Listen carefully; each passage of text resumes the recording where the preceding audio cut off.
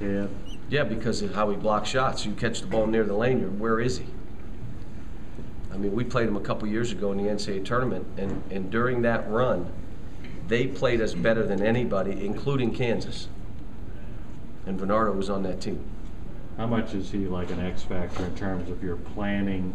Does he change the approach in the sense of not every team really has somebody like that? No, my thing is us right now. We've got to get a little bit better versus the zone. We're going to spend some time today again.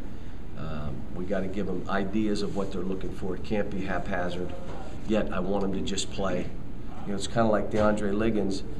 You know, he gets out of control because he leaves his feet. Yet he is the only one really attacking the zone.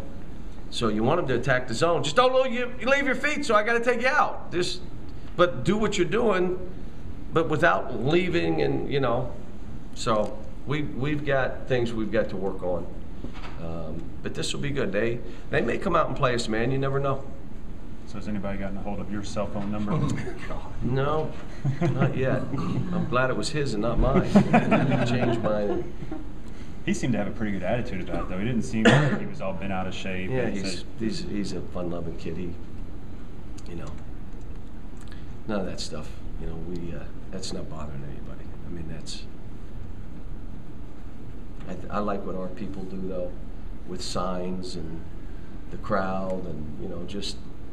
You know, be civil, go have fun, and go crazy. And they talk about our fans being the greatest fans, but they're not obnoxious. They're not, you know, taunting.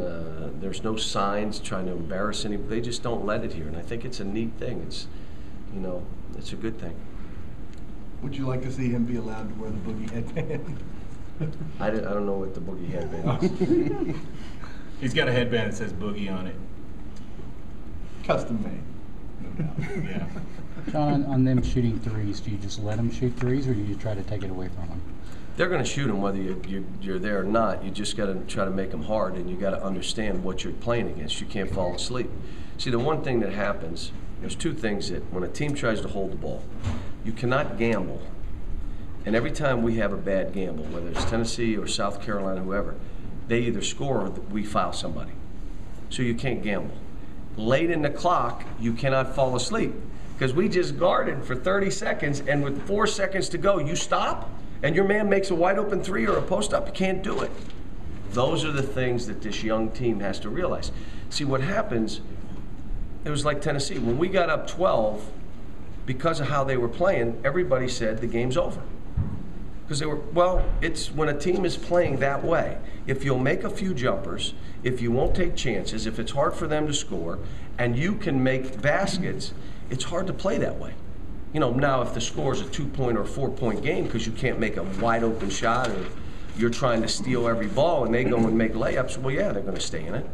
So part of it is us getting a little bit better at what we're trying to do.